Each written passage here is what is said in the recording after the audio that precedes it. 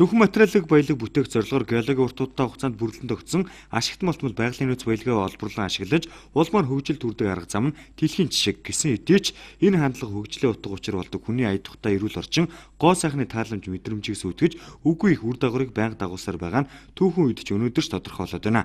Технokraт сэтгэлгээтэй зохион бүтээх шинийг санаачлагч инженеруудын ур ухаан оюуны чадварыг ашиглах нь Монгол улсын цаашдын хөгжилд чухал ач холбогдолтой. Инженеруудын ур ухааныг ашиглан хөгжлийн тодорхой үе шатанд хүрсэн үндэсний хэмжээний томоохон компани болох MCS компани анх дугаар чуулганд өндөр ач холбогдлогын оролцож байна. Өнгөрсөн 20 жилийн хугацаанд хаягдмал байсан инженеруудад анхаарлаа хандуулж оюуны чадварыг нь ашиглах цаг болсон гэдгийг анх дугаар чуулганд оролцогчид онцолж байна. Сүүлийн үеийн хандлага чиглэл байдлаар бол инженеруудын үгийг сонсох тэр байдал нь бол нэлээд хангалтгүй байна. Одоо инженерүүд маань энэ томоохон төслүүдэд, томоохон инженерингийн том шийдлүүдэд инженерийн саналсан ажиллага, судалгааг бол маш нарийн хийсэн, судалгаатай инженерүүдийг энэ бүхэн юмд оролцуулдаг ийм байгаасай гэдэг энэ одоо бодол хувийн зүгтч гэсэн байнга байдаг. Энд ганц жишээ хэлэхэд MCS International компани 300 ажилтнаа бөгөөд тэдний 80 гаруй хүн инженер техникийн ажилчид байдаг гинэ. Эрчим хүч, дэд бүтцийн салбарын шинжилт өөрчлөлт хийхэд идэвхтэй оролцсон орчин үеийн шинэ техник технологи бүхий цогц шийдэл боловсруулах түүнийг нэвтрүүлэхэд төлхөө анхаарч улс их орныхоо хөгжилд оруулж байгаа 20 шахам жилийн түүхтэй инженеринг компани гэж хэлж болох юм а. Инженерүүдийн санаачилсан бүхнийг үйлдвэрлэлд нэвтрүүлэх нь чухал байгааг MCS компани удирдлагууд онцолж байна. Ер нь Монголын инженерүүдийн анх дугаар чуулган гээд худалдаа ажил үйлдвэрийн танхимаас санаачлаад энэ ажлыг зохион байгуулж байгаа манай компанийн хувьд бол одоо маш талархалтайгаар хүлээж авч байгаа. Бид бол MCS группийн одоо уган компани, MCS International компани манай өөрөө одоо нийт 300 гаруй ажилтнанд ажиллуулж байгаагаас 200-аад инженер бол ажиллаж байгаа юм.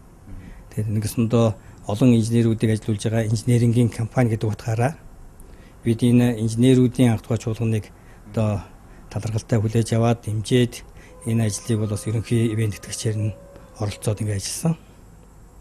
За ер нь инженергүүгээр бол техникийн дэвшлийг улсын хөгжлийг төсөөлөхөд бол амаргүй л дээ.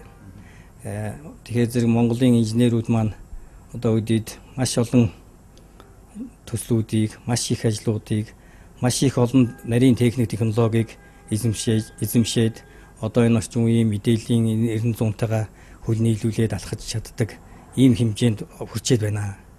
Гэтэл яг нь ер нь нийт одоо сүүлийн үеийн хандлага чиглэл байдлаар бол инженеруудын үгийг сонсох тэр байдал нь бол нэлээд хангалтгүй байна.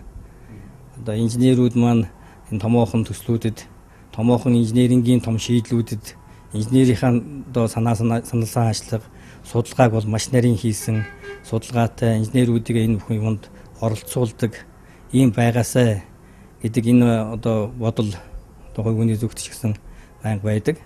Тийм болохоор Монголын энэ олон салбарын үдэ аж ахуй, барилга, авто зам, эрчим хүчний энэ олон инженерүүд маань бас нэг цуглараад өөрсдийнхөө бодол санааг яриад бас зорилго чиглэлээ тодорхойлоод ингээд энэ ажлыг зохион байгуулсан энэ явц маань бол их амжилттай сайн явагдаж байна.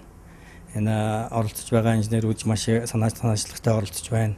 Манай Монгол инженерүүд юу хийж чаддгийг бас энд тодорхой хэмжээгээр тайлагнаж, бие биедээ мэдээлэл солилцож, бие биенээсээ бас сурах юм их байна. Хамтарч ажиллах их боломж, өргөн боломж байгаа юм байна гэдэг дээр одоо их санал сайхан нэгдэж байна. Цаашид төрөлцсөн зүгээс ч гэдэм одоо яг шийдвэр гаргах бодлого тодорхойлох шийдвэр зүгээс юуныг инженерүүд ажиллах одоо орчин нөхцөл ер нь бус талаар ямархуу дэмжлэг үзүүлсэн.